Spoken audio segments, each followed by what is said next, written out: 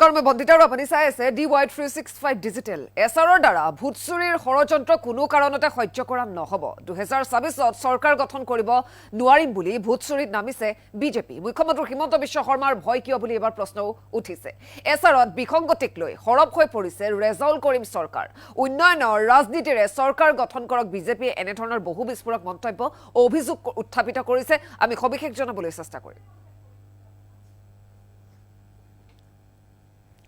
এছআৰৰ দ্বাৰা ভোটচুৰিৰ ষড়যন্ত্ৰ কোনো কাৰণতে সহ্য কৰা নহ'ব আৰু 2024ত চৰকাৰ গঠন কৰিব নোৱাৰিম বুলি ভোটচুৰিত নামিছে বিজেপিৰ বিৰুদ্ধে এতিয়া ইটোৰ পিছত সিটো বিস্ফোৰক অভিযোগ আমি শুনিবলৈ পাইছো মুখ্যমন্ত্ৰী হিমন্ত বিশ্ব শৰ্মাৰ ভয় কিয় এই বুলিও প্ৰশ্ন এবাৰ উত্থাপিত হৈছে আৰু এছআৰত বিসংগতিক লৈ সৰব হৈ পৰিছে ৰেজাউল কৰিম চৰকাৰ উন্নয়নৰ ৰাজনীতিৰে চৰকাৰ গঠন কৰক বিজেপিয়ে আৰু সাধাৰণ ৰাইজৰ ভোটাধিকাৰ কৰ্তন কৰি ৰাজনীতি নকৰিব বুলি মুখ্যমন্ত্ৰীগৰাকীলৈ আহ্বান বিজেপিৰ বিৰুদ্ধে কটু মন্তব্য কৰিছে এনেদৰে এতিয়া ৰেজাউল কৰিম চৰকাৰে ইভিএমতকৈ আগত গৈ ভোটাৰৰ ভোট কৰ্তন কৰি ষড়যন্ত্ৰ কৰিছে এনেধৰণৰ অভিযোগ আমি শুনিবলৈ পাইছো বিজেপি মুখ্যমন্ত্ৰীৰ সমালোচনাৰে গৰজি উঠিল এবাৰ আমচুৰ প্ৰাক্তন সভাপতিগৰাকী অসমৰ ৰাইজে বিজেপি চৰকাৰখনক প্ৰত্যাখ্যান কৰিবলৈ আৰম্ভ কৰিছে আৰু বিজেপিৰ এই কাণ্ডৰ বাবে অসমত ভয়ংকৰ গণ আন্দোলন আৰম্ভ হ'ব এনেধৰণৰ এবাৰ হুংকাৰ বা এক ভৱিষ্যতবাণী বুলিও ক'ব লাগিব প্ৰকাশ কৰিছে এছআৰৰ দ্বাৰা ভোটচুৰিৰ ষড়যন্ত্ৰ কোনো কাৰণতে সহ্য কৰা নহ'ব বিজেপিৰ বিৰুদ্ধে এতিয়া গৰজি উঠিছে প্ৰাক্তন সভাপতিগৰাকী আমচুৰ 2024ত চৰকাৰ গঠন কৰিব নোৱাৰিম বুলি ভোটচুৰিত নামিছে বিজেপিৰ বিৰুদ্ধে কটু মন্তব্য বা এক বিস্ফোৰক অভিযোগ মুখ্যমন্ত্ৰী হিমন্ত বিশ্ব শৰ্মাৰ ইমান ভয় কিয় এনেধৰণৰ প্ৰশ্ন এবাৰ কিন্তু উত্থাপিত হৈছে সাধাৰণ ৰাইজৰ ভোটাধিকাৰ কৰ্তন কৰি ৰাজনীতি নকৰিব এছআৰত বিসংগতিক লৈ সৰব হৈ পৰিছে এতিয়া ৰেজাউল কৰিম চৰকাৰ আৰু বিজেপি চৰকাৰখনৰ বিৰুদ্ধে গৰজি উঠিছে আৰু কটু মন্তব্য কৰিছে উন্নয়নৰ ৰাজনীতিৰে চৰকাৰ গঠন কৰক বিজেপিয়ে উন্নয়ন কৰক এয়া আহ্বান বিজেপি চৰকাৰলৈ তাৰ সমান্তৰালকৈ সাধাৰণ ৰাইজৰ ভোটাধিকাৰ কৰ্তন কৰি ৰাজনীতি নকৰিব বুলিও ক'লে ৰেজাউল কৰিম চৰকাৰে আৰু গৰজি উঠা পৰিলক্ষিত হয় এবাৰ ইভিএমতকৈ আগত গৈ ভোটাৰৰ ভোট কৰ্তন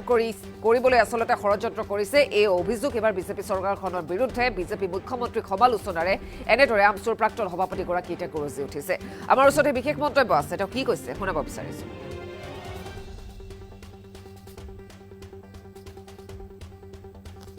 আমি মুখ্যমন্ত্ৰীক প্ৰশ্ন কৰিব বিচাৰিছো আপোনাৰ ভয় কিয় ডেভেলপমেন্টৰ নামত আপুনি ৰাজনীতি কৰক উন্নয়নৰ নামত ৰাজনীতি কৰি আপুনি চৰকাৰ গঠন কৰক কিন্তু আজি চৰকাৰ গঠন কৰিব নোৱাৰাৰ মানে যেটো আশা দেখিছে আপুনি যে চৰকাৰ গঠন কৰিব নোৱাৰিম সাগে অসমৰ ৰাইজে আপোনাক এভয়েড কৰি আছে অসমৰ ৰাইজে বিজেপি চৰকাৰক অপৰাব বিচাৰিছে তেনে ক্ষেত্ৰত আজি আপুনি ষড়যন্ত্ৰমূলকভাৱে ইভিএমত ভোট চুৰি কথা বিভিন্ন সময়ত ওলায় কিন্তু এই কথাটো আগত ৰাখি ইভিএমতকৈ আগত গৈ আপুনি যিসকল ভোটাৰ জেনুইন ভোটাৰ আজি ভোটাৰ লিষ্ট যেটো সংশোধনী প্ৰক্ৰিয়া এই প্ৰক্ৰিয়াৰ সুবিধা লৈ যি ধৰণে হাজাৰ হাজাৰ ভোটাৰক ভোটদানৰ পৰা বিৰত ৰখাৰ চক্ৰান্ত ৰচনা কৰা হৈছে এইটো মই ভাবো যে এইটো আটাইতকৈ ভয়ংকৰ কথা গতিকে আমি এইটো বন্ধ কৰিবৰ কাৰণে দাবী উত্থাপন কৰিছো আজি অসমৰ বিভিন্ন সমষ্টিবিলাকত দেখিছো যে বিএলঅ বিলাকৰ জৰিয়তে বা নিৰ্বাচনী বিষয়াৰ জৰিয়তে বা বিভিন্ন অফিচাৰৰ জৰিয়তে বিভিন্ন মানুহক জীৱিত মানুহক মৃত্যু বুলি দেখুওৱা হৈ আছে বিভিন্ন এটা জিলাৰ মানুহ বেলেগ এটা জিলাত গৈ শ মানুহৰ লগত কমপ্লেইন কৰি তেওঁলোকৰ নাগৰিকত্ব কৰ্তন কৰাৰ ষড়যন্ত্ৰ ৰচনা কৰিছে এজন মানুহজন চিনিয়ে নাপায় সেইজন মানুহক আমাৰ তাতে অভিযোগ আছে যে মই সেই মানুহ চিনি পাওঁ কিন্তু মোৰ নামত 100-150 নামত কমপ্লেইন কেনেকে হ'ল গতিকে এনেকুৱা ধৰণৰ ষড়যন্ত্ৰ ৰচনা কৰা হৈছে তাৰমানে পাকে প্ৰকাৰে আচলতে বিজেপি চৰকাৰখনে অহা দিনবিলাকত আহি থকা নাই গতিকে চৰকাৰখন আনিবৰ বাবে এই ভোটাৰসকলৰ লগত যি ধৰণে ষড়যন্ত্ৰ ৰচনা কৰিছে ইয়াৰ কিন্তু তীব্ৰ বিৰোধিতা হ'ব আৰু ভয়ংকৰ পৰিস্থিতি অসমত হ'ব গণ আন্দোলন সৃষ্টি হ'ব গতিকে স্পষ্টভাৱে চৰকাৰক কৈছো যে উন্নয়নৰ নামত ৰাজনীতি কৰক কিন্তু মানুহৰ ভোটাধিকাৰ কৰ্তন কৰি ভোটাৰ লিষ্ট সংশোধনীৰ প্ৰক্ৰিয়াক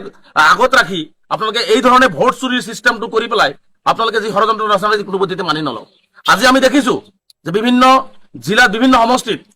মানে ফৰ্ম বিতৰণ কৰা হৈ আছে যি ফৰ্মত সহি কৰা আছে বিএলৰ সহি কৰা আছে সেই সিংগল ফৰ্ম মই আপোনালোকক দেখুৱাই দিম সিংগল ফৰ্ম সহি কৰা আছে এই ফৰ্মবিলাক মানুহক দিয়া হৈ আছে সেই বিজেপি নেতাবিলাকে সেই ফৰ্মবিলাক মানুহক দিছে আৰু এই বিশেষকৈ মাইনৰিটি অঞ্চলৰ মানুহবিলাকৰ নামবিলাক লিখি এই ফৰ্মবিলাক জমা দি আছে আৰু অভিযোগনামা দাখিল কৰি আছে গতিকে এইটো কোনো পদ্ধতিতে সহ্যকৰ বিষয় নহয় স্পষ্টভাৱে কৈছো যে যিসকল BLOই হওক যিসকল অফিচাৰে হওক যে এনেকুৱা ধৰণৰ কৰ্মকাণ্ডবিলাক যদি বন্ধ নকৰে অনাগত দিনবিলাকত ৰাজপথত আন্দোলন চৰকাৰে সন্মুখীন হ'ব লাগিব, অফিচাৰবিলাকো হ'ব লাগিব, BLO হ'ব লাগিব, লগতে আইনৰ কাঠগড়াত তেওঁলোকক থিয় কৰাবলৈ বাধ্য হ'ম। আমি স্পষ্টকৈ কৈছো, যদি কোনো মানুহ মৃত হৈছে, কোনো মানুহ ইয়াৰ পৰা ট্ৰান্সফাৰ হৈ গৈছে, কোনো মানুহ ইয়াৰ সন্দেহজনক বুলি প্ৰমাণিত হৈছে, তেওঁলোকৰ ভোটাধিকাৰ কৰ্তন কৰে, তাত কোনো আপত্তি নকৰিব। কিন্তু শ বছৰ ধৰি ইয়াত বসবাস কৰা, ইয়াৰে বছৰ বছৰ ধৰি ইয়াত ভোটদান কৰা সেই মানুহখিনি কোনোবা মানুহৰ জৰিয়তে বিজেপিয়ে কমপ্লেইন কৰাই বা তেওঁলোকক অফিচাৰক নিৰ্দেশনা দি সেই ভোটাৰ লিষ্টৰ পৰা মানুহৰ নাম কৰ্তন কৰিব, এইটো আমি মানি নলওঁ। গতিকে অসমবাসী ৰাইজক আহ্বান জনাইছো যে অসমবাসী ৰাইজে সজাগ হ'ব লাগে, সচেতন হ'ব লাগে আৰু ৰাজপথত ওলাই আহিব লাগে। কাৰণ চৰকাৰৰ এই ষড়যন্ত্ৰ আমি অপৰাব লাগিব। আৰু এটা কথা স্পষ্ট কৰিছো যে আজি অসমৰ ধৰ্মীয় সংখ্যালঘুসকলক উপলব্ধি কৰা উচিত। মই বাৰে বাৰে কৈছিলো যে এই হিমন্ত বিশ্ব শৰ্মা ডাঙৰীয়া কোনো ধৰ্মীয় সংখ্যালঘুক ভাল নাপায়। আজি বিভিন্ন সমষ্টিত, আজি গৰিয়াই কওক, আজি মিয়া বুলিয়ে কওক, আজি আপুনি পমুৱা বুলিয়ে কওক, আজি দেশী বুলিয়ে কওক, প্ৰত্যেকটো সমষ্টিৰে য'ত বিজেপিৰ জিতাৰ অংক নাই, য'ত বিজেপিয়ে জিকিবলৈ অৱস্থা নাথাকিব, সেই সমষ্টিবিলাকতো ব্যাপক হাৰত মানুহৰ ভোট কৰ্তন কৰা হৈ আছে। গতিকে ইয়াত সম্পূৰ্ণভাৱে এটা প্লেনিং কৰি আজি এই ধৰণে মানুহক অত্যাচাৰ কৰা হৈছে। গতিকে মই অসমৰ মুখ্যমন্ত্ৰী ডাঙৰীয়াক স্পষ্টভাৱে কৈছো, আপোনাৰ এই কুটিল ৰাজনীতি, বিজেপিৰ ৰাজ্যিক সভাপতি ডাঙৰীয়াক কৈছো, আপোনাৰ এই কুটিল ৰাজনীতি, আপোনাৰ এই নিকৃষ্টতম পন্থাবিলাক আপোনালোকে বন্ধ কৰক, নহলে পৰিৱেশ কিন্তু গণতান্ত্ৰিকভাৱে আন্দোলন সৃষ্টি হ'ব। কাৰণ মোৰ ভোটৰ অধিকাৰ মোক যদি কাঢ়ি লোৱা হয়, মই জীৱিত মানুহ মোক যদি মৃত্যু বনোৱা হয়, মই কিয় মানি লম? কিয় বেলেগৰ জৰিয়তে যিজন মানুহ বঙাইগাঁও জিলাৰ মানুহ নহয়, সেই বঙাইগাঁও জিলাৰ মানুহ লখিমপুৰত কমপ্লেইন কৰিব, তেওঁ কেনেকে গম পালে লখিমপুৰত সন্দেহজনক মানুহ আছে? আজি এনেকুৱা ধৰণৰ এটা পৰিৱেশ সৃষ্টি কৰা হৈছে। ফৰ্ম কিয় বেলেগৰ হাতত গ'ল? BLOৰ ফৰ্মবিলাক কেনেকে ফৰ্মবিলাক গ'ল যে যি ফৰ্মত নাম লিখি দিলে কমপ্লেইন হৈ যায়। যোৱাকালি এজন BLO মুকলিভাৱে ওলাই আহিছে। তাৰ পিছতো যদি চৰকাৰ, প্ৰশাসন, নিৰ্বাচনী বিষয়াসকলে যদি গুৰুত্ব প্ৰদান নকৰে, তেনেহলে প্ৰত্যেকজন ব্যক্তি কিন্তু গণতান্ত্ৰিক আন্দোলনৰ সন্মুখীন হ'ব লাগিব, আইনৰ কাঠগড়াত তেওঁলোকে থিয় হ'ব লাগিব। আজি নগাঁৱৰ যিজন নগাঁৱৰ আয়ুক্তই যি মেৰুদণ্ড পণ কৰি আজি তেওঁ হিয়াৰিং বন্ধ কৰি দিছে, কিয় বাকী জিলাৰ আয়ুক্তবিলাকে এতিয়ালৈকে কৰা হোৱা নাই? গতিকে স্পষ্টকৈ কৈছো যে ইয়াৰ পৰিণাম কিন্তু আগন্তুক দিনবিলাকত চৰকাৰে ভুগিব লাগিব। চৰকাৰৰ যদি সৎ সাহস আছে, মানুহৰ হৈ যদি কাম কৰিছে, তেনেহলে সেই কথা লৈ যায় নিৰ্বাচন খেলক। কিন্তু ভোট চুৰি, ভোট কৰ্তন কৰি, জীৱিত মানুহক মৃত বনাই, মানুহৰ জৰিয়তে বেলেগ বেলেগ মানুহৰ নামত কমপ্লেইন কৰাই ভোট কৰ্তন কৰি নিৰ্বাচনী বৈতৰণি পাৰ হ'বৰ কাৰণে যদি চেষ্টা কৰে, তেনেহলে ইয়াত কিন্তু সম্পূৰ্ণভাৱে অসমৰ ৰাইজে বিফল কৰিব।